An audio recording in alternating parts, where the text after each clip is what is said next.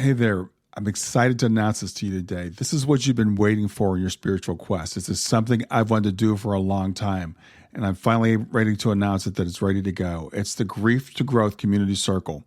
Now, this is a sanctuary where like-minded souls are united in their journey through grief and towards personal transformation. It's more than just a place. It's a beginning. It's a commitment to growth and understanding. Here you're finding not just a community, but you're entering a circle of trust and depth. You're going to engage with interactive coursework. You'll dive into exclusive podcast episodes and partake in discussions that illuminate the path from mourning to empowerment. This is a realm where every question is honored and every individual's journey is validated. To be part of this exclusive circle, visit us at grieftogrowth.com/community or look for the chat icon at the bottom of every page on the main website. Remember that entry is a privilege because I want to ensure that every member is as dedicated and genuine as you are. You must apply to join, but the journey within is worth every step. So go ahead and join us today. Check it out, grieftogrowth.com/community, and I look forward to seeing you there. Hi there. Welcome to the Grief to Growth podcast. Your host is Brian Smith, spiritual seeker, grief survivor, and life coach. Brian believes that the worst tragedies of life provide the greatest opportunity for growth. Brian says he was planted, not buried, and he's here to help you grow where you've been planted. In each episode, Brian and his guests will share what has helped them to survive and thrive. His sincere hope is that this episode helps you today. And now, a brief word from our sponsor. When I decided I was going to do a podcast, I knew there were more moving parts than most people expect. How do you record a podcast? Where do you host it? How much will it cost? Do I need special software? How do I distribute it? All these questions were in my mind. I was all set to go with another podcast hosting company. Then I heard about Anchor. I believe that Anchor is the easiest way to make a podcast. Anchor gives you everything you need in one place. You can use it right from your phone or from your computer. Anchor is not only free, you can even make money from your podcast with no minimum listenership. Anchor's creation tools allow you to record and edit your podcast so it sounds great. They'll even distribute your podcast for you so it can be heard everywhere: Spotify, Apple Podcasts, Google Podcasts, and many more. So download the Anchor app or go to anchor.fm to get started. That's Anchor, ANCHOR.FM as in FM radio. And now, back to our episode. Today's episode is my first dedicated interview for the podcast, and I have with me today Michele Clare. Michele is a 3-time near-death experiencer, an evidential medium, and an intuitive life coach. We talked about Michele's 3 distinct near-death experiences, the ongoing connections of loved ones who have quote-unquote departed still in her life, and how she uses the connections that she has with higher beings in her life coaching business. So I hope you enjoy the episode, and without further ado, here's Michele Clare. Everyone, this is Michele Clare. Welcome to Grief to Growth, my inaugural podcast episode. And Michele is a certified evidential medium, intuitive coach, intuitive life coach, I should say, and has had more than one near-death experience. And when I say that Michele is an evidential medium, I mean that Michele delivers message with evidence that she's connecting to your loved one. I met Michele when she was doing her certification process, and I was one of Michele's test sitters, and she did an excellent job, and we've been in contact since then. One thing Michele says is we are being helped and guided from the other side, and that if we could see souls instead of bodies, the illusion that our loved ones had disappeared would vanish. So with that, I want to welcome Michele, and if you could, I'd like for you to tell us a little bit about your near-death experiences. Yeah. Hi, Brian. Thank you so much for having me. Well, I've had 3 near-death experiences, and each one of them has been very individual and very unique. None of them was I going to the light and doing those things that you normally hear about. The first one actually happened in April 2000, and I was at a hospital because my niece had just been born that day, and I had a seizure out of the blue. And so during that seizure, what I remember is laying with my head in my grandma's lap, and she'd passed a few years before that. And I was on the ground. She was kneeling next to me, so my head was in her lap. And I was looking up at this angel standing next to her who was honestly about 14 feet tall. And I had always known they were big, but I had never seen one, and I was not imagining it to be that big. And so as I was looking at it, I thought in my head, I was thinking, what is your name? And she answered me in her head. She said her name was Madeline. And I honestly had never felt so much love before in my life. Not just from the angel, but from my grandma and from the whole place that I was. I was really focused at that time on just my grandma and the angel. Mm-hmm. So I wasn't really aware of everything around me. But the love was unbelievable. And I just remember the level of peace isn't even a level that we have words for here. And contentment and not needing anything. It was just amazing. So, did you have any feeling of transition? I mean, you were just here and then you were there? Yeah, it was just that fast. So there was no transition. I was just like standing 1 minute, and the next minute I was laying with my head in my grandma's lap. And so as I was there, I don't know how long I felt like I was there, but what brought me back was I heard them yelling, code, code, code, because I was in the hospital and I had stopped breathing. So when they started yelling code, it's what kind of woke me up and brought me back. So it began and ended very quickly. Like I was just there and then I was just here. I don't remember any transition back or forth between those two dimensions. Wow. Yeah. And how long ago was that? So that was in 2000, April 2000. So 19 years ago. Okay. Yeah. And then in May 2006, I had another one. And that one was, I was having surgery after I had my son. I had a lot of complications. So I was about 6 weeks out of delivering him. And I had to go in for a surgery. And they actually ruptured through my uterus and missed my aorta by less than 1 millimeter. Mm. So during that time, this experience starts. It was supposed to be a 45-minute procedure. It turns into a 3.5-hour emergency procedure. But what I remember from that is laying on the gurney, and I see my white shepherd. I had a German shepherd that I loved so much. She's like my soul dog, that one, right? And she had passed a few years before that too. And she comes up and she just lays her head on the gurney looking at me. And she always did that at night. I'd wake up at night when she was here and she'd just be checking on me, And I see her. And so the next thing I know, we are on this phenomenal island and we are just running, jogging along the beach and running and running. And what I'm aware of is there is no time. It's literally each breath, each step that I'm taking. There's nothing before, there's nothing after. I am not worried about anything. I do not know how I got here. And we're running and running. And the other thing that is interesting is I notice we never get tired or hot or thirsty. And here's the funny thing about that for people who talk about near-death experiences as maybe not being real. My idea of heaven would never be running. I always tell my friends, if you see me running, call 911. This is an emergency. I'm not out for a jog, right? So it was really funny that was my near-death experience, is running on this beach. One of the things, though, about being on that beach is I remember I could look down around and kind of see where the island started curving. And I remember I was not allowed to go. I wasn't supposed to go around that curve. So my dog was there just to keep me company.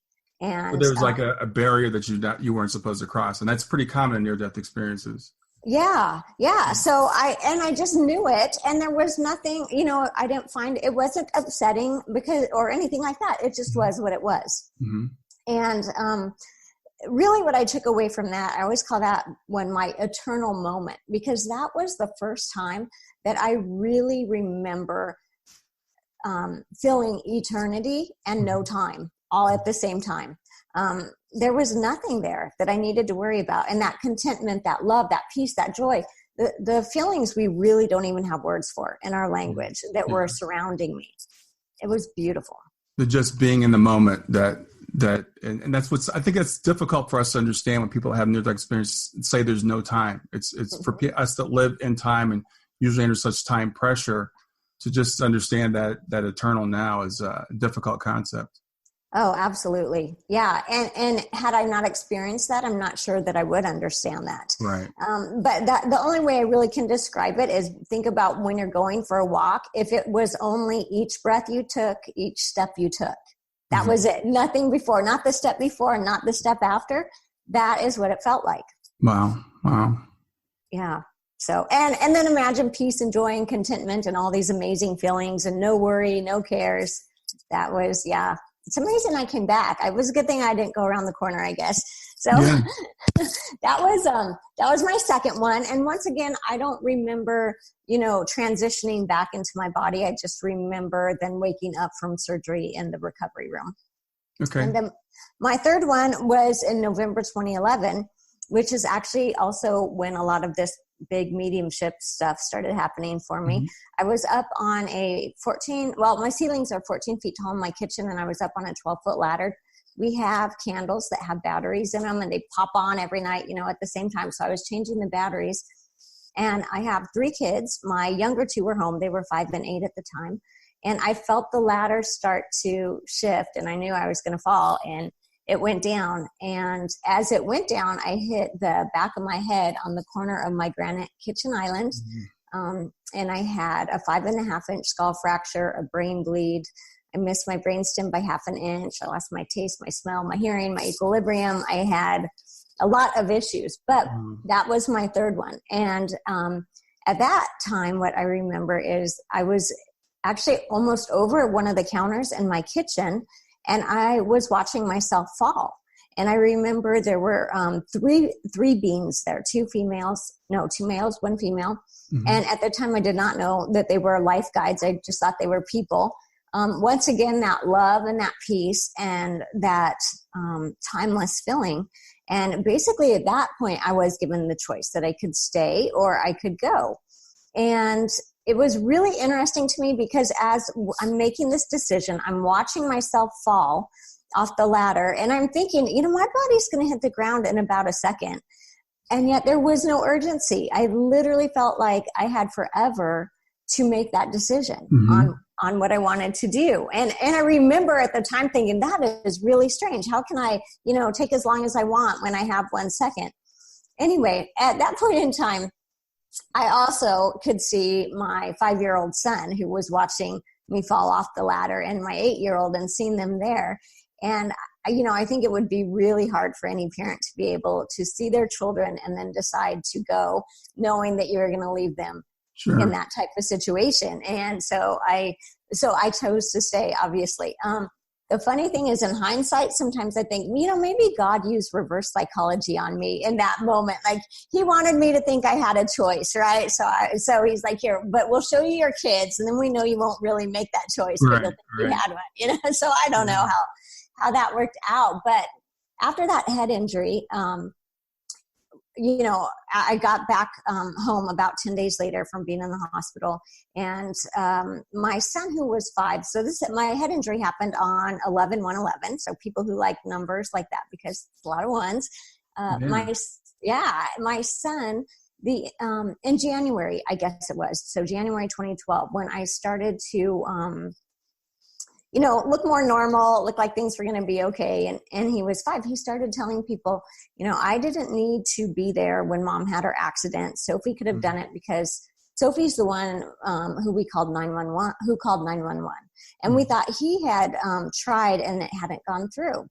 So he started getting really depressed. And we would say, Josh, you open the door for the policeman, and just try to build him up. There was nothing we could say. Let me backtrack for just a moment. I was 12 years old when my grandfather passed.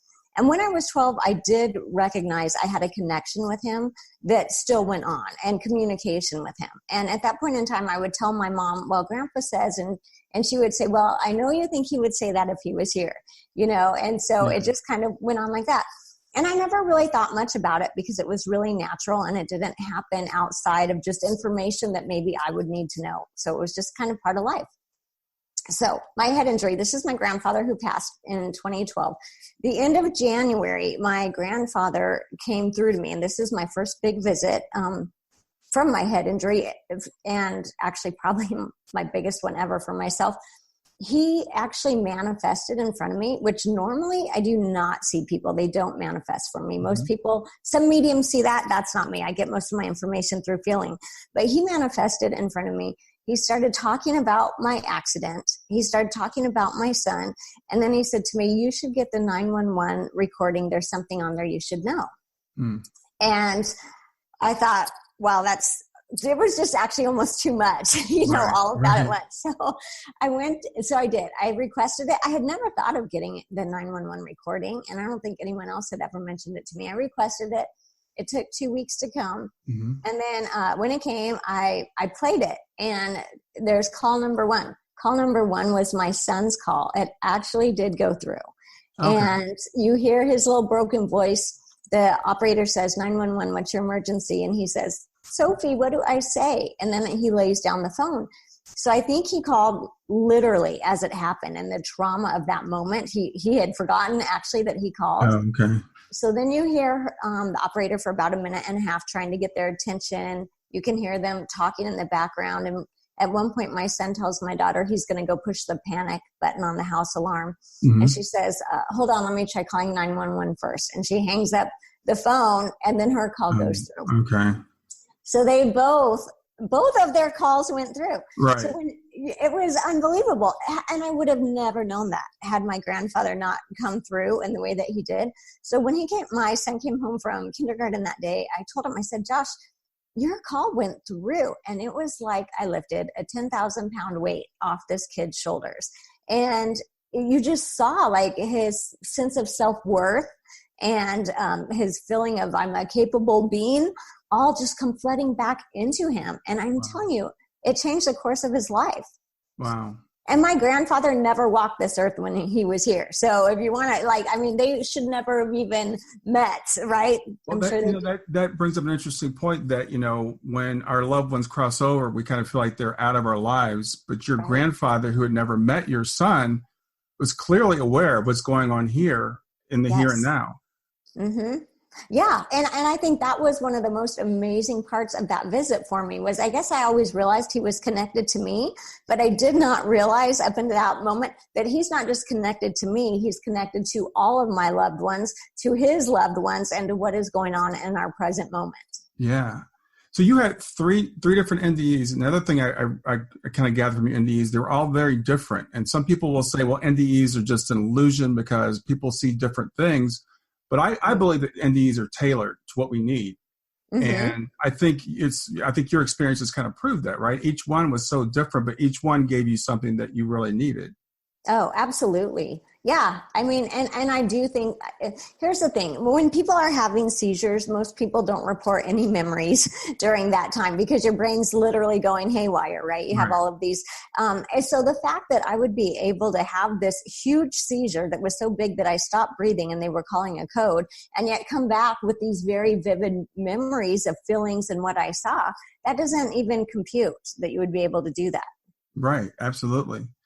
So you did indicate that you saw spirit some before any of these things happened. You said your grandfather you had a connection with when you were younger. But would you say your abilities were enhanced after one or more of your NDEs? Absolutely. I think, on that first one that I had when I saw my grandma and the angel, I feel like that one really just opened up more of my connection to the angel realm.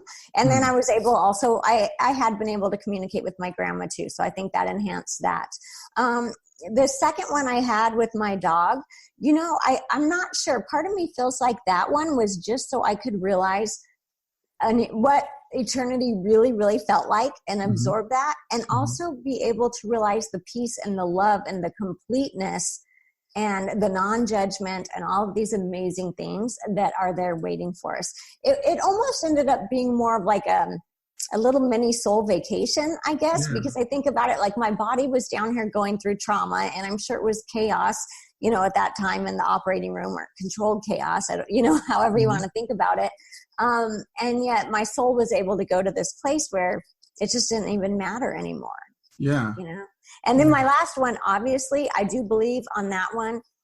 The things that I brought back that I remember, I did not know in my mind and my body here that I was going to come back, working as a medium. But I do believe on it that NDEs happen on levels, right? Mm-hmm. So I believe what I know happened here, and this is what I bring back with me. But I also believe there are higher soul level decisions that are being made between me and God or the universe or source or, however you want to name the higher power, right? And decisions that are being made, maybe for the highest good, which I might not. For me, in my mind and my body, that was coming back to raise my kids, right? It was going to be the highest good. But obviously there were decisions made that I don't remember that actually were probably even for a higher good than me being able to raise my kids. Yeah. So you came back after the third one, your abilities, I think, were opened up even more. When did you actually decide to become a medium? It took me a couple of years after that. And I'll tell you why. At first I was a little bit nervous when I started getting information for other people. As long as it was for me, it didn't matter, right? Because I could just, keep that between myself. But the information I started getting for other people and then feeling the need to share it with them is kind of what started pushing me out of my comfort zone. And I also was not raised in an area that was really comfortable with this too. Right. I was raised Catholic. Here's the really good part about being raised Catholic is you are raised to ask Mary and the angels and saints, and you have all these people and beings that you can ask for help, right? So that part was really good for me. But my mom was always, when I tell her about this, worried like, well, if there's good, there's evil. Aren't you afraid you're going to bring the evil in, and she kind of brought that fear with her. And then for my husband, he was raised Baptist, and for him, that was just very scary, right? Yeah. It just goes against everything that he believes should even be allowed to happen. Right. So how's your husband with it now? I would say he is supportive, but he's not... he would never ask me to read for him. If he says, how'd your day go? He just really wants to know good or bad. Don't tell me any details, so he's a work in progress. We're moving forward, but. I was raised fundamentalist Christian, so I can understand that. And I remember when I first even started doing yoga, some of my friends freaked out because they said, like you said, I was like, well, I'm opening up, I'm connecting with spirit. And they're like, well, if you're opening up to good spirits, you could be opening up to bad spirits too.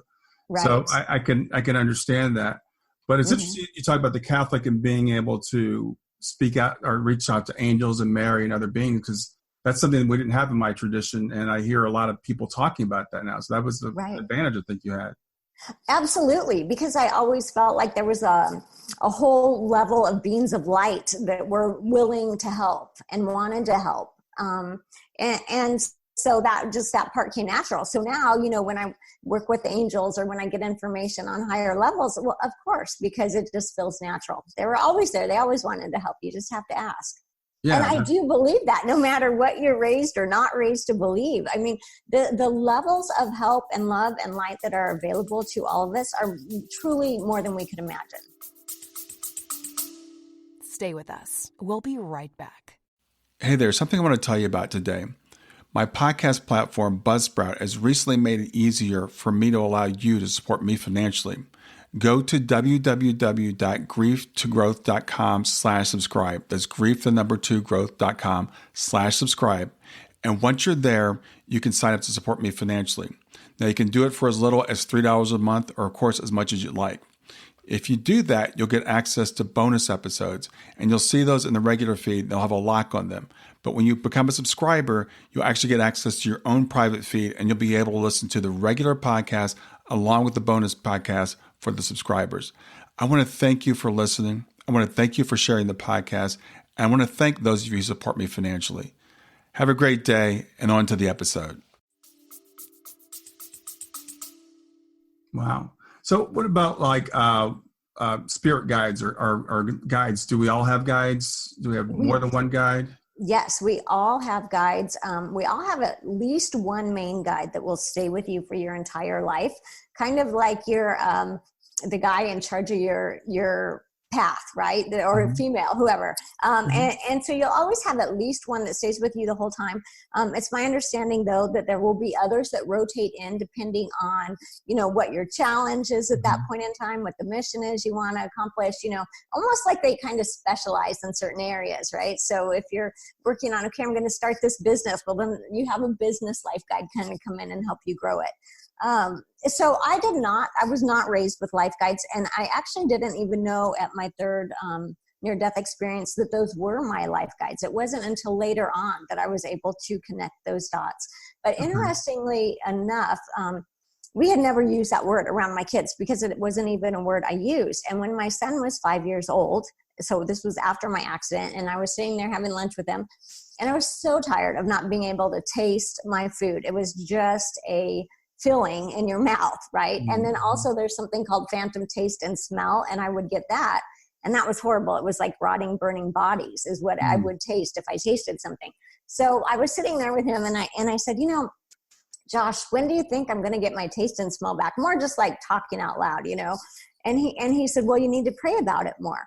And I said, who told you that? Because I knew it was going to be my very good Catholic mom, right? Yeah. And he looks at me and he says, my life guide, Hansen. And oh, wow. I about fell out of my chair because that was not a word we had ever used or he would have ever heard. And I said, your life guide, Hansen, nor did we know anyone with that as a first or last name. This came from him. And I said, well, what does he look like? And he said, well, he's tall like Dad, and he has brown hair and brown eyes. And he said, and Hansen says, you just need to pray about it more. And I was like, okay. And, the Catholic in me, I'm like, let's go. All right, let's get that taste and smell back, right? But it was just really amazing to me because in a way, even though I had met my life guides, my son who was 5 knew his, and I still didn't know mine. Wow. So do you think kids are more connected than we are? Or do you think we kind of grow out of that? Or I absolutely think we grow out of that. I think, kids come in here when you're around infants, and they're looking at ceilings and they're laughing at no one standing behind you. And, I think we all come in here with this connection. And then what happens is the world tells us, no, you're not seeing that. That's not happening. This is what we believe. And we let the world shape us intentionally or unintentionally. And so by doing that, what happens is we start disconnecting these channels that we came in here with. Wow. So did you become a medium first or a life coach first? I think it's a very interesting, intriguing combination of things to be a medium and a life coach. Yeah. Well, so then what happened, a couple years after my head injury, I started mentoring with Jamie Clark. And I mentored with him for 3 years. And that was just because I didn't know anyone who could help guide me and help me understand information I was getting, or maybe how to word it, or even, I just didn't know anyone. So he is a phenomenal mentor and very helpful at helping me understand where I was going with this. So that's where I started working on being able to connect. Also, at first, I will tell you, I was a little bit worried about kind of the on-demand part of it because for the first year, a lot of that information, I'd just be walking, wherever, and boom, it would hit me. But I wasn't sure that I could sit down and still access that same information. So was it hitting you like people you meet on the street or in restaurants or something, or you would just get information about them? Yeah, it would. Mostly it was people that I knew that I could give the information to. But sometimes it would be people I didn't know. And honestly, I wouldn't always give that information. Sure. And even today, I don't, if that happens, which it doesn't usually happen, but if it does happen, I really have to read the situation before I would walk up to someone and give them information, because you can do a lot more harm than good depending on where that person is in their life and what they believe, Sure. So I did the mentoring with Jamie, and that's where the mediumship really started to grow. And then as far as the life coaching, I call it intuitive life coaching because I have not taken a specific class, but what I do with that is I literally reach up to your angels, your guides, higher level of wisdom when I'm working with someone, and I say, okay, where do we need to go from here? What does this path look like? What do you believe is the best option, or what direction should this person be going in to fulfill their soul's purpose, and stuff like that. You're like a channel for their angels or their guides, right? So you're providing that connection for them. Is that what it is? Yeah, Absolutely. Yeah. And it really works out well, because what happens is people then begin to start connecting on their own. If I tell them, I don't always get names, but when I'm talking about life guides, or even angels, I'll say it's kind of similar to this. My kids call my dad Boppy instead of Grandpa, and he answers to it just fine. We all know when they say Boppy, they mean my dad, Grandpa, right? And I feel like it's very similar for your life guides and your angels. If you don't get a name that comes to you, name them what you want. We know who you're talking about. They still meet you with love. They're happy to help, so I think that's part of it, is just making that connection and being aware that you have them. But then when I'm able to say, okay, and also your life guides are saying this, or your angels are saying this, then it really helps people feel that connection and start working on it for themselves. Now, we all have life guides, but most of us are unaware of it. So can they help us if we don't ask them? Should we ask them? Should we try to reach out to them? I do believe in free will. I really do. So I do believe we need to ask for that help. Otherwise, we'd basically just be puppets down here, and they'd be doing what they want with us, right? Here's the thing about asking for help. I believe we really only have to ask them once. If you ask them, like, will you please come into my life? You're not just saying like today to the next hour. If you ask them into your life once, I believe that's enough for them. But it's usually not enough for us as a human, because we forget that we've invited them in and we've asked for help. So on our end of it, I think it takes some of us asking every day for a while to remember, oh yeah, I have help. I'm not alone in this. But on their end, I believe we only have to, extend the invitation one time. Okay, cool. So with your intuitive abilities, do you have the ability to like see the future? I know some people are kind of, I don't know what you call that, but psychic in a way of seeing the future. Right. For me, I get feelings. That's my main information. So sometimes if somebody says, I don't know if I should do A or B, I'll definitely feel a pull. Oh, it should be B. It should be this choice, So that's part of it. And then the other thing is, a lot of times their loved ones will come through. So I had one lady I was reading for, and she was offered like a lateral move in her job. And she said, I don't want to take it. I don't want to take it. And I said, okay, well, then you have free will. Don't take it. But I'm telling you, your loved ones and your guides are saying, take it, because I was getting that information from them. And she's like, but I don't want to take it. Okay, you don't have to. I'm just giving you the information, Right. So she decides to go ahead and follow their guidance and take it. 2 weeks later, the company got rid of her job, and she would have been unemployed had she not made that lateral move. Okay. So that was all, kudos to her for following the advice they were giving her, because that's why she came to me. She wanted to know what they had to say. Right. And I told her, but having said that, I knew at the time that was the best option for her, because that's what they were telling me. But I didn't see that in 2 weeks she would lose her job if she didn't. Right. So it's not a specific outcome. It's more like this is kind of a nudge, the direction you should go, and it might work out to be an easier path. Yeah, absolutely. And I do think, I'm not sure how much of life really is etched in stone. I really think that we are always given a lot of options. We just don't usually realize it. Yeah, there's that whole thing about free will versus predestination, and do we have soul plans, and what are your thoughts on that? So, I really do feel like we come in here with a plan. I do believe that, we can obviously detour off our plan. And I don't necessarily think that's wrong, because in all of my 3 near-death experiences, I was never once like, hey, you took the wrong turn back there. You were supposed to be doing this, So I don't necessarily think it's wrong if you do tour off your plan. But I do believe that life will try to provide you opportunities, or your life guides, your angels, however you want to look at it, to get back on course. Because I do think we come here to learn and to grow. It really is like the classroom of life. So I think we come here with the best intentions, and then sometimes things change. And I think, that life happens. I also am someone, I believe in accidents. I do believe we live on earth and it's not a perfect world. And I believe accidents happen. I do not believe every, car accident on the street was planned or supposed to happen for a reason. I just don't. And there are people who will disagree with me, and that's fine. That's just kind of my view. A couple of weeks ago, I was talking to another medium, and she was telling me that she believes the moment you are born and the moment you die are etched in stone, and everything in between is what you do. And I thought that was interesting because I don't necessarily feel that way either. And the more I've thought about it, the more I really don't agree with that, in the sense, even though I love her and she's amazing, but because listen, we have 7.5 billion souls on this planet.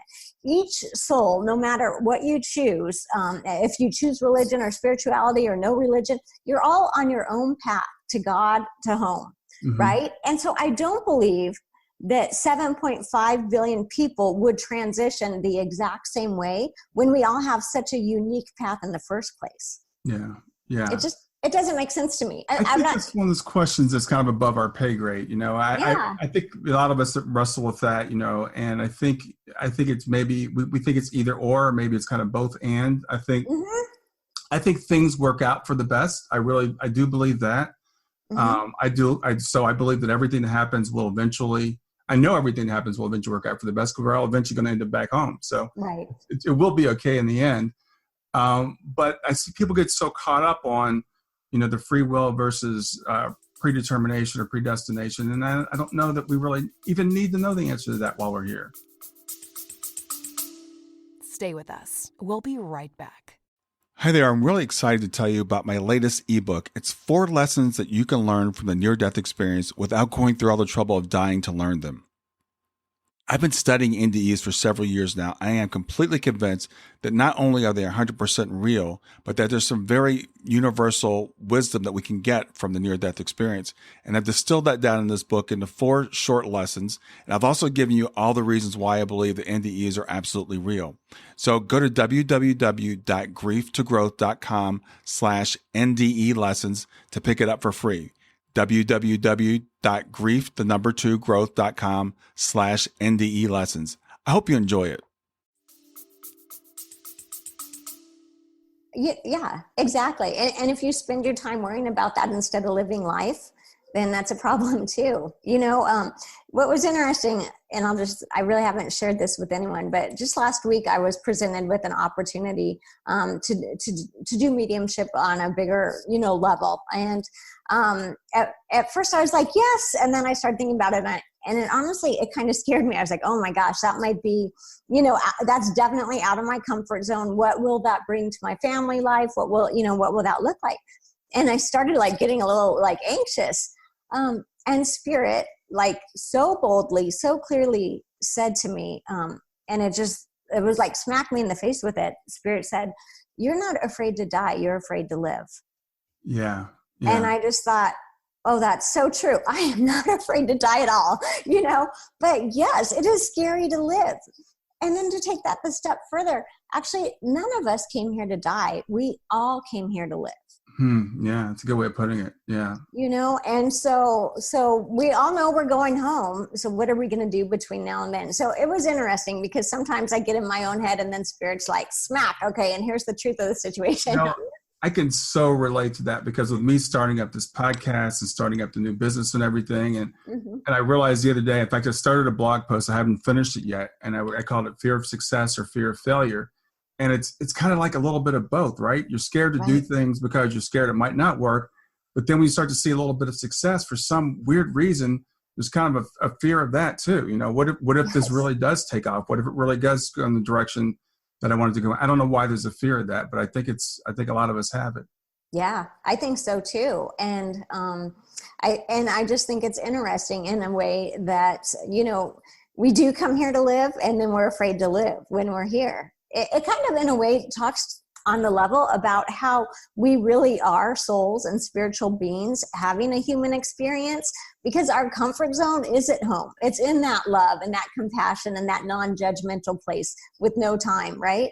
It's not here where there's time and there are judgmental people and we're being pushed out of our comfort zone.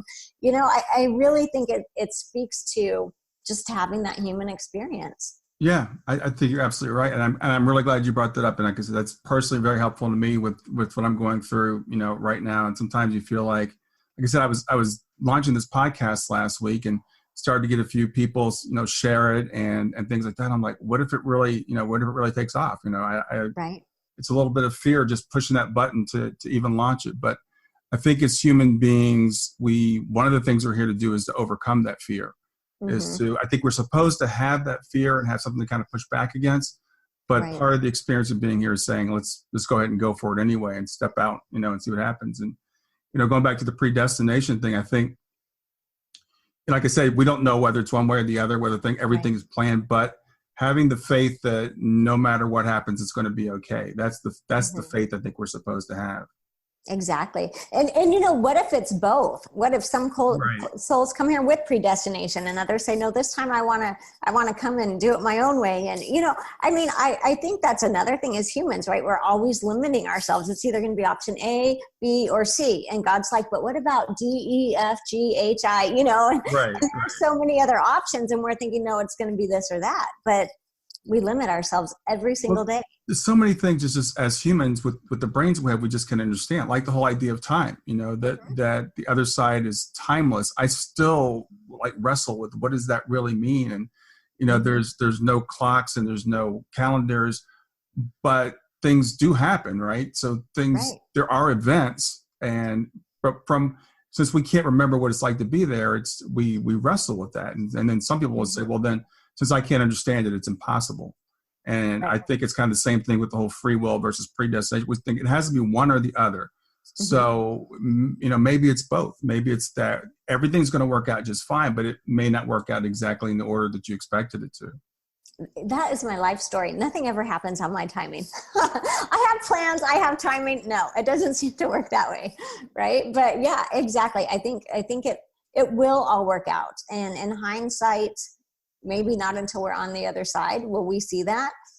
But I do believe most people come here and most souls come here and they are successful on their journey and maybe even beyond what they had hoped for. We just don't know that on this side. Yeah.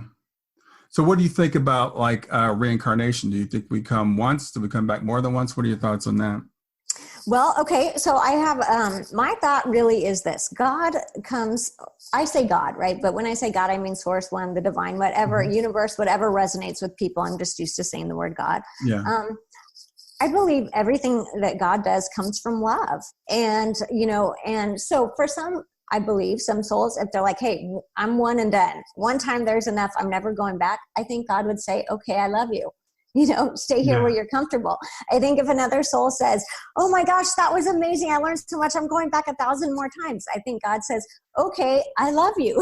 Go ahead. Yeah. So I think it's very individual.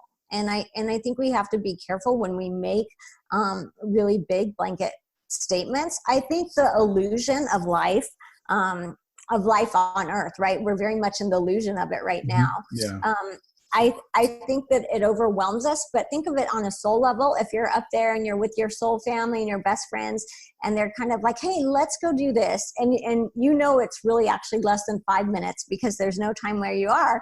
You're probably like, okay, that sounds great. I'm in, I'll be there. Right. Yeah. And so maybe you go in to learn that lesson. And I'll tell you something that's funny. I was talking to my son and we were talking about kind of like life and the connection to your loved ones on the other side. And I said, you know how all the kids are on Xboxes nowadays and they have their headphones in and they're sitting there screaming at their friends who are across town playing the same game, right? Mm-hmm. I said to him, okay, Josh, so it's like this. Imagine you sitting in the chair with your headphones on and the remote controller in your hand is your soul, right? Mm-hmm. And you decide, hey, this time I'm going to go on and I'm going to play whatever this is. I'm going to play Fortnite. I'm going to play whatever this game is.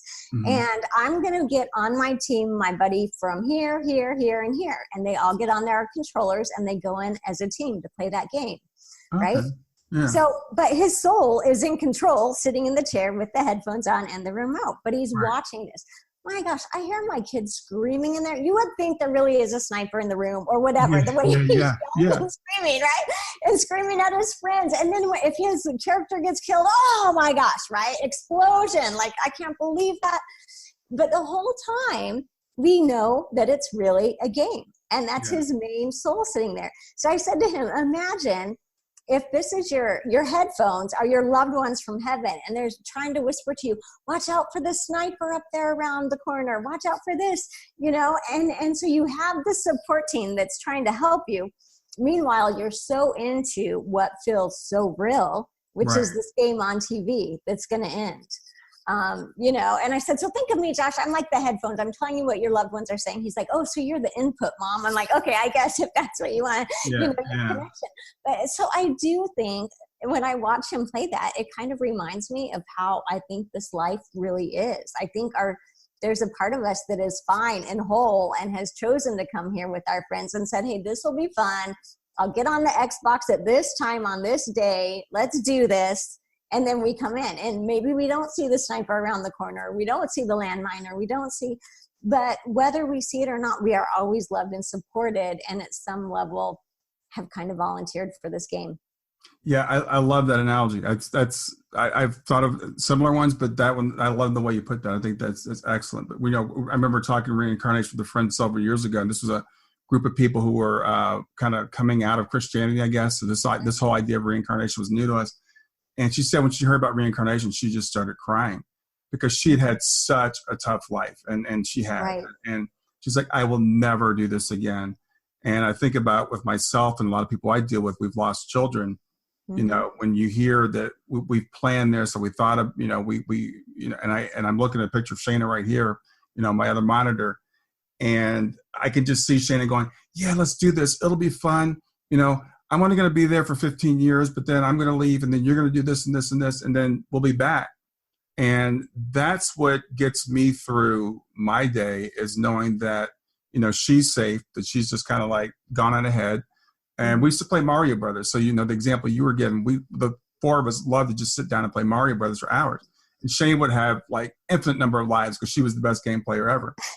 When you go off the cliff in Mario Brothers, you don't cry about it, right? Right. It's like he just regenerates and he comes right back.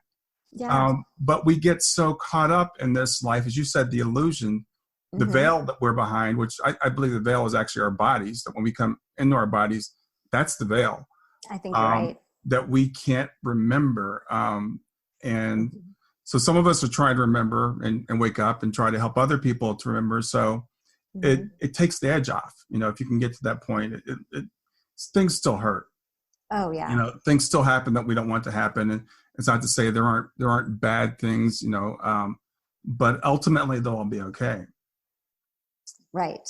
And also I would say whether we realize it or not, we are okay. Because what I realize when I work with people is no matter what state you're in physically in this world, your soul is always whole. Yeah. So the true you is always okay. And we have evidence now of mediums who are able to connect with, say, people who are nonverbal or who have Alzheimer's or whatever, right?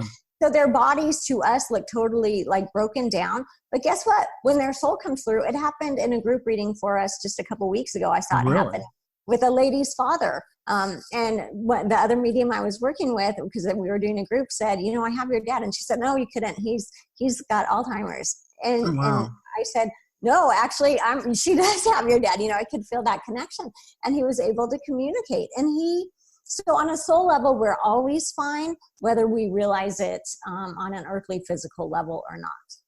That is so great. And I want to talk about that a little bit more, because both of my in-laws dealt with Alzheimer's. My father-in-law passed from Alzheimer's. My mother-in-law is going through it now. Mm-hmm. And my mother-in-law is just not the person that she was. I mean, her personality has changed. And I won't go into any details, but she's just not the person that she was. Right. And it's really hard for us to remember, as you said, her soul is still whole. Mm-hmm. So when a medium can make that connection, and I've heard about mediums making connections with people who are in comas or nonverbal, but not someone with Alzheimer's. That's really interesting. Yeah. It's phenomenal. And it also shows you how no matter what your body's doing, your soul's still evolving and growing. Right. Yeah. So sometimes we look at people and they're in a vegetative state and we think, we imagine their soul's just like in this standstill, not doing anything. That's not true. Just because your body's in a standstill doesn't mean your soul's not still evolving and growing and doing things. I had a friend who had brain surgery, and I was in the kitchen cooking dinner for my kids, and I looked at the clock and she was in surgery at that time. Mm-hmm. And as I was cooking, I heard her voice come to me, and she said, "It's amazing over here, but it's not my time yet." Oh, wow. And I about dropped everything I was doing because I hadn't had that happen before, because my first thought was like, oh my gosh, did she transition? Like, how am I making this connection? No, she was in surgery. She came out of surgery. She survived, another 6 months or so after that. She did not have a recognition of what happened of that meeting. But it just goes to show you that even while she was in surgery, her soul was able to connect with me and tell me it's amazing over there, but it wasn't her time. Well, it's funny you bring that up. I was talking with someone the other day about consciousness, and my theory is that we're never unconscious. And we're talking about, I said, when you sleep, you dream. You still have brain activity. You're still having events going on. You just don't always remember your dreams. And sometimes they come back to you later. And someone said, well, what about when you're under anesthesia? And I'm like, we can't say what people under anesthesia actually experience. We can say what they remember, which is usually nothing. But, the case with your friend makes the case for, maybe when we're under anesthesia and that consciousness is not connected to our brain anymore, our consciousness is free. So those people could be exploring things that we have no idea about. Oh, absolutely. Absolutely. And, one of my near-death experiences, I was under anesthesia, and yet I've had surgery a few times. I don't have any memory being under anesthesia, but that one, I came back with that really clear near-death experience. So I do believe our souls are always growing and evolving and experimenting, whether we are aware of that or not. Wow. Yeah, that's really cool. I'm glad we touched on that, because I think that'll help some people. As I said, the viewpoint that you and I both share now, one of the goals with doing the podcast is to help other people to understand that, when I was growing up, we were taught, you have a soul. And we thought, well, when you die, then your soul will go to heaven or go to hell. Mm-hmm. And I think what it is we are souls. I mean, we are spirits that are connected to these bodies. And I love your video game illustration. And I think about the movie like Avatar. I think Avatar on so many levels was so brilliant, because they would get in and they would manipulate these bodies, remotely from sitting in their the little pods. Right. I think that's kind of how our bodies are. Our bodies are just, they're receivers for our spirit, which is always fine, always still back at home. And our loved ones that have transitioned, that we think are gone, are still with us and still involved in our lives. Yeah, absolutely. And the other thing about our loved ones being involved in our life that's interesting is sometimes when I read for people and I'll bring through their loved ones and they'll say, well, does that mean he's not okay if he's, right here giving you information? No, once you're in spirit, you're no longer confined to being in one place. So you can very much be fine and in that heavenly realm, and also right next to your loved ones and connected to what they're doing with their daily life and sending them signs. You don't have to choose to be one place or another like we do when we're in body. Yeah, and there's some people that say, well, I shouldn't have medium readings because I don't want to bother them. Or I shouldn't think of them too much because I'm going to hold them back, keep them from crossing over. So what do you think about things like that? I think that's us putting our human limitations on spirit, which is, I don't believe that's, accurate. I think, now here's the thing, not everyone will ever want to be read by medium. I think it's a different time frame, right? Some people want to be read as soon as their loved ones die. Some people take years, some people never, so I think that it's more about what works for you. There's nothing that we as humans are going to do that are going to hold our loved one's spirit back from evolving and growing and, shining in its glorious light.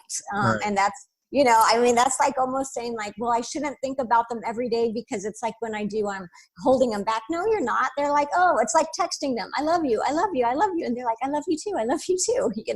Yeah. It's not, we give ourselves a lot more power than we actually have. And so by thinking that we shouldn't connect with them and we shouldn't do this and that, we're going to hold them back. No, that's us wanting to be powerful humans, thinking we control more than we do.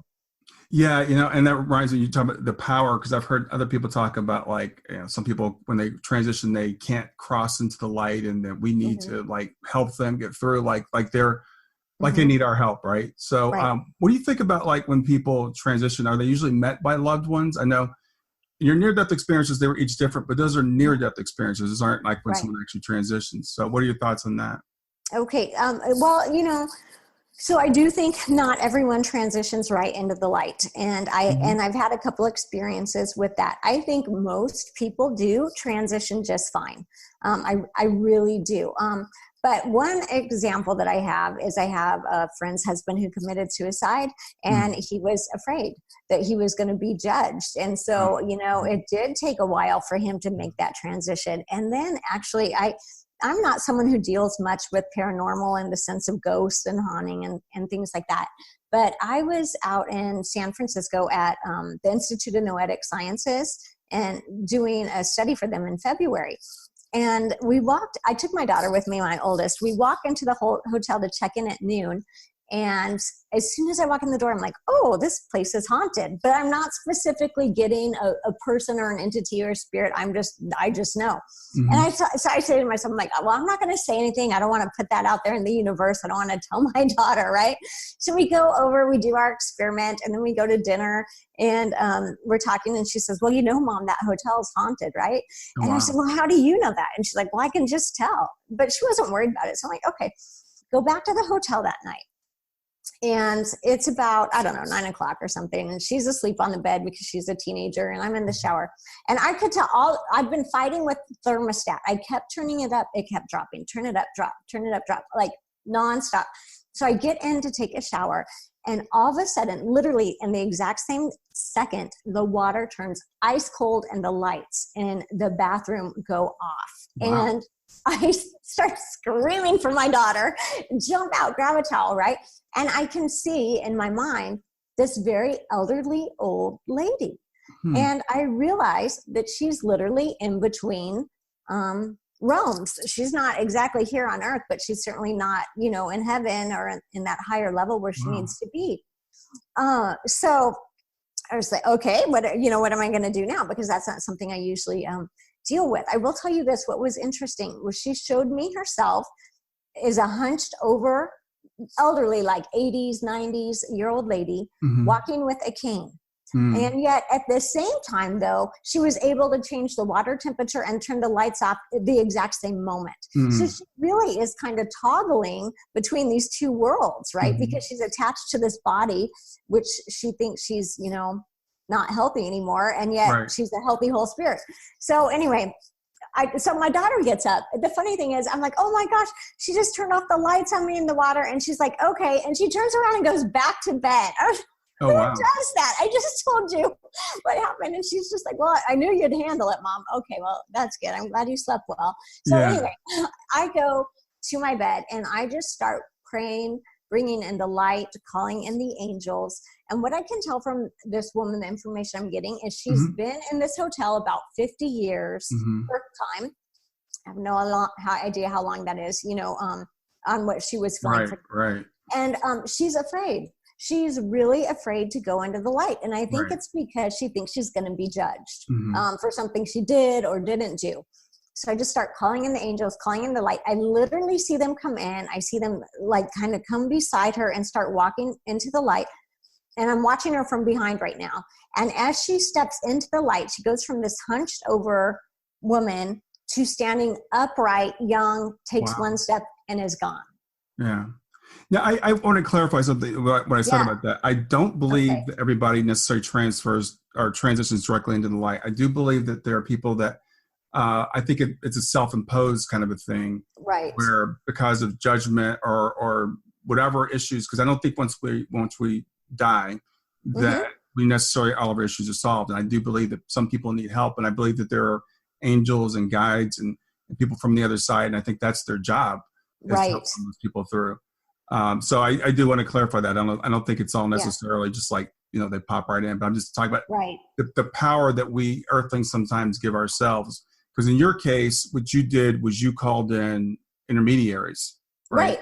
It wasn't your power that transitioned during the light, but you were there to be kind of a vessel for them to come through. Yeah, almost just to encourage her. I just remember I kept telling to her, you're okay. It's going to be okay. Go into the light. Any medium or healer or any person like that tells you they're doing it themselves, I don't believe that is true. Nothing I do is me. It's always coming from a higher source. Yeah. I mean, that's for me specifically. That's how I felt. And so, you're right. I could not transition her, as Michele, but I could call in beings of light who could help her to do that. Exactly. Yeah, exactly. So Michele, Tell us about how people that are listening, how can they reach you? What are the services that you offer? Yeah, so I offer any psychic medium and intuitive life coaching services, obviously some angel communication and things like that. And you can just go to my website, Michele Clare, it's CLARE.net. Okay. And then you're involved with something called I Empowerment. Can you tell me a little bit more about what that is? I've seen it on Facebook with you, but what is that? Yeah, so I'm really excited about I Empowerment. It is a collaboration of people that have come together. And most of them are pretty well known in the Phoenix area, at least. And we're really focusing on the body, mind, spirit connection. So we have a team of people that does do the life coaching and the helping you to empower yourself, and then people that help you, with your body as far as eating right, and food carries different vibrations, actually, things like that we didn't necessarily realize, and that organic food carries a higher vibration than non-organic and GMO and things like that. So we're really just trying to come together as a collaboration of people to help empower people to live their best life. And what we do is we have little weekend events here and there, and we're going to have a couple big ones a year, but we want to make it affordable and easy for you to access us. So instead of just having one huge event once a year that makes you feel good, and then the rest of the year you're on your own to figure out how you're going to do it, we try to empower you to help you, go each step of the way. Okay, great. Well, I want to thank you very much for being the first guest of my podcast. It was a great episode. I learned a lot, and I think hopefully it'll help the people that are listening. Thank you. It's an honor to be on here with you. I admire you and everything that you do. Thanks, Michele. Well, that's it for another episode of Grief to Growth. This is your host, Brian Smith. Reach out to me anytime at grieftogrowth.com. That's GRIEF, 2, growth.com.